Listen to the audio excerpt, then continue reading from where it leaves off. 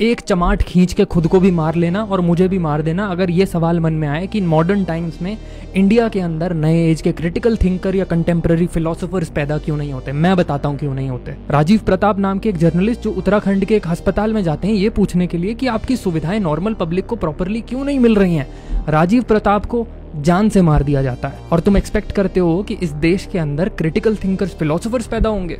फिर तुम पास्ट को ग्लोरीफाई करते हो, अरे हम तो सोने की चिड़िया थे, हमारे पास तो इतने बढ़िया वैदिक ट्रेडिशन थे। बिल्कुल थे, क्योंकि आदि शंकराचार्य जब किसी से डिसएग्री करते थे तो उनको जान से नहीं मारते थे, उनसे शास्त्रार्थ करते थे। दिग्नाग धर्मकीर्ति नागार्जुन शास्त्रार्थ करते थे लॉजिक के बेस पर, आइडियोलॉजिकल डिफरेंस होने पर, जान से नहीं मार देते थे। बिल्कुल भाई, पास्ट का टाइम बहुत अच्छा था, शास्त्रार्थ होता था, लॉजिक के बेस पर होता था।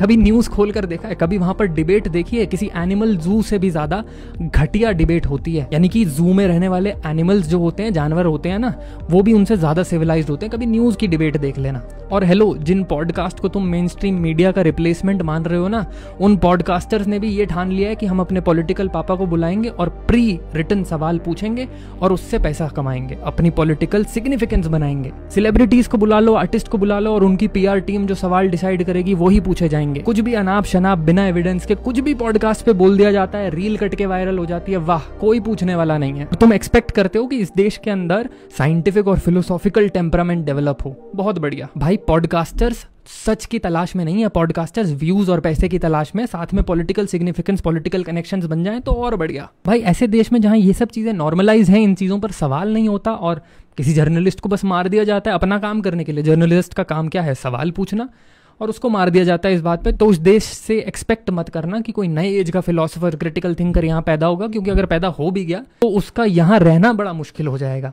ठीक है, आज के बाद ये सवाल यहीं खत्म करते हैं।